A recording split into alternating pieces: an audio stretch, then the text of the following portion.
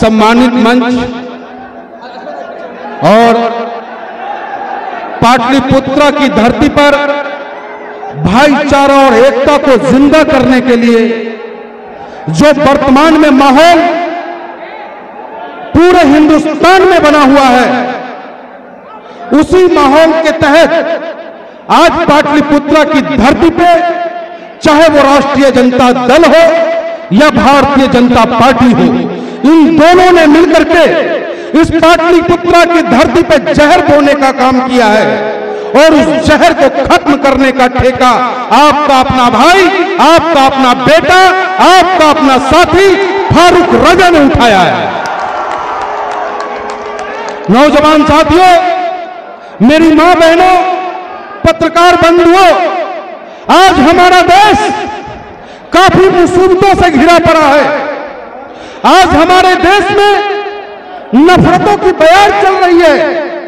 एक तरफ वो पार्टी है जो भारत को जलाने की बात करता है, एक तरफ वो पार्टी है जो खुद को, अपने परिवार को, अपने बेटे को, अपनी बेटी को ताकत देने का काम करता है,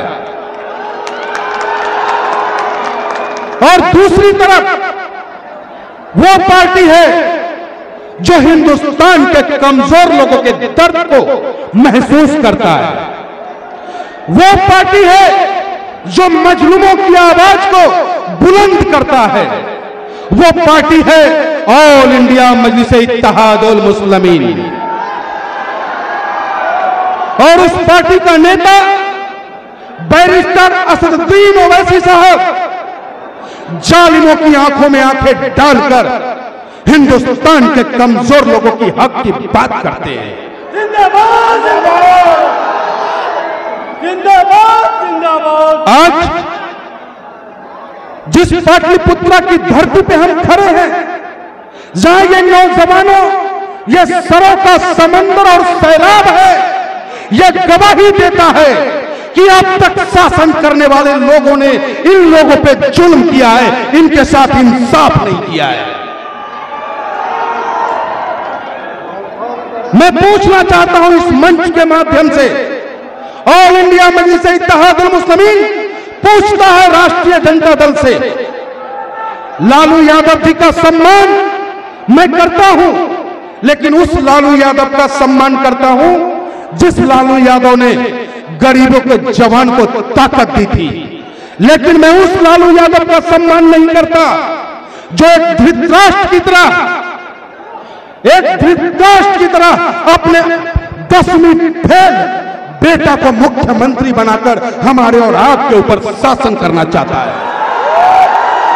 मैं पूछना चाहता हूं आपसे नौजवानों, क्या इस पाटलिपुत्र की धरती पे कोई हमारी बेटी इस लायक नहीं है कि वो राज्यसभा के संसद में पहुंच जाए? मैं पूछना चाहता हूं, क्या इस पाटलिपुत्र की धरती पे कोई नौजवान पढ़ा लिखा नहीं है जिसका बेटा, वो नौजवान लोकसभा में लड़ करके दिल्ली पहुंच जाए? आप अपना भाषण खत्म कीजिए, आप अपनी भाषण खत्म कीजिए, आप अपना खत्म कर दीजिए। शेर की आमद हो चुकी है, शेर की आमद हो चुकी है, और शेर के आते ही मौसम ने भी अपना करवट बदला, शेर के आते ही मौसम ने भी अपना मिजाज बदला। जो गर्माहट थी, देखो कौन आया शेर आया। इम्तियाज जलील साहब और अख्तरुल इमाम साहब संचालित करने दीजिए, वो आ चुके हैं, उनका हार्दिक अभिनंदन और स्वागत है। देखो देखो कौन आया। यार ऐसे नहीं करो, हटो तुम लोग यहाँ से।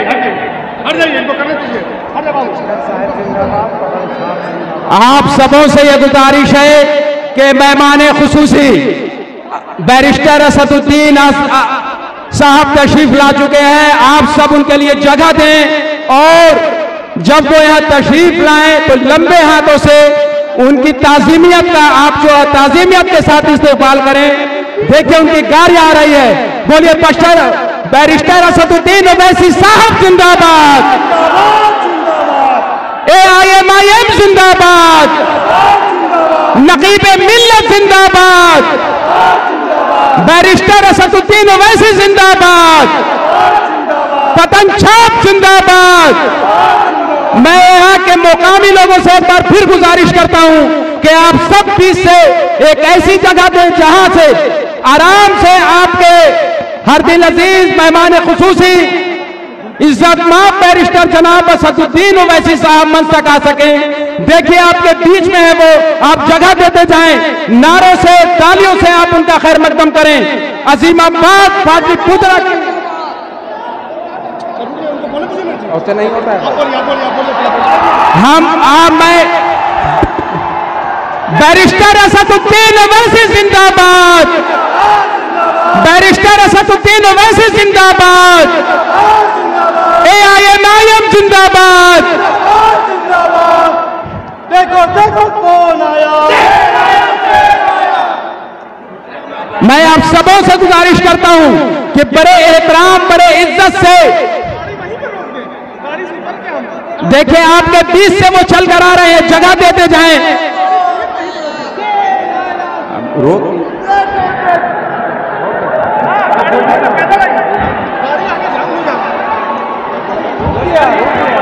सिक्योरिटी का मामला है, उसमें हम लोग कुछ नहीं बोलेंगे। बैरिस्टर असदुद्दीन ओवैसी जिंदाबाद, AIM जिंदाबाद। आप सभी जगह देते जाएं, आप सभी जगह देते जाएं अपने मेहमान खुसूसी को, अपने मेहमानों को मंच तक आने के लिए। आप सबों से एक बार फिर इल्तिजा कर रहा हूं कि बआसानी बड़ी ताज़ीमियत के साथ उन्हें मंच तक आने की जगह दें। जिंदाबाद जिंदाबाद।